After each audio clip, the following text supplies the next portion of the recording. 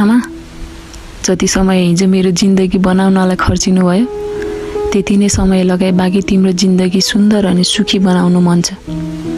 ढिलो चाँडो त होला कि, तर विश्वास छ बदलिन त बदलिन्छ एक दिन अवश्य। तिमी बस धैर्य गर है। मान्छे ठुलो हुन समय लागे जस्तै म सफल हुन पनि समय लाग्ला जस्तो छ, हेर न। तर तिमी नहात्तिनु है। जिन्दगीमा मेरा रहरहरू छुटोस् बरु केही छैन, तर दुःख सुखमा परिणत नहुन्जेलसम्म मेहनत गरिराख्नेछु।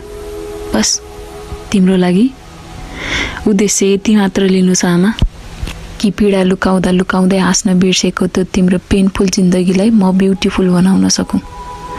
वर्षौँदेखि मनमा लुकेका तिम्रो ती अपूर्ण चाहनालाई म पुरा गर्न सकूँ।